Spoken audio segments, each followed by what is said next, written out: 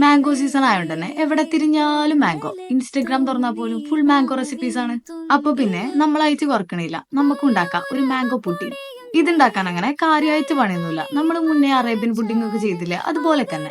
പിന്നെ seasonal fruit mango ആയതുകൊണ്ട് നമുക്ക് അതിൽ കുറച്ച് മാംഗോ ഒക്കെ ചേർത്തിട്ടുള്ള ചെറിയ ചെറിയ വ്യത്യാസം മാത്രം.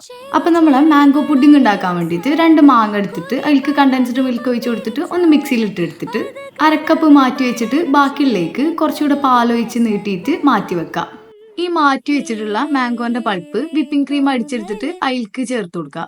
പിന്നെ ഒരു പുഡിംഗ് ട്രേയില് ബ്രെഡ് നിരത്തി വെച്ച് അതിന്റെ മുകളിൽ നേരത്തെ അടിച്ചെടുത്തിട്ടുള്ള മാങ്ങയും പാലും ചേർത്തിട്ടുള്ള ആ ഒരു മിക്സ് ഒഴിച്ചു കൊടുത്ത് അതിന്റെ മുകളിൽ അടിച്ചെടുത്തിട്ടുള്ള വിപ്പിംഗ് ക്രീമും വെച്ചുകൊടുത്ത് ഇതുപോലെ തന്നെ 2ാമത്തെ ലെയറും ചെയ്തിട്ടെടുക്കുക. ഞാൻ 2 ലെയർ ചെയ്യണുള്ളൂ, നിങ്ങൾക്ക് വേണമെങ്കിൽ 3 ലെയർ ഒക്കെ ചെയ്യാം.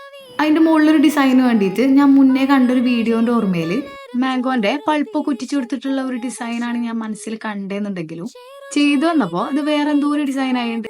എന്തായാലും സംഭവം ഉണ്ടാക്കാൻ ഭയങ്കര സിമ്പിൾ ആണ്. അപ്പൊ എന്തായാലും ഒന്ന് ട്രൈ ചെയ്ത് നോക്കിയിട്ട് എങ്ങനെ ഉണ്ടെന്ന് കമന്റ് ചെയ്യാം.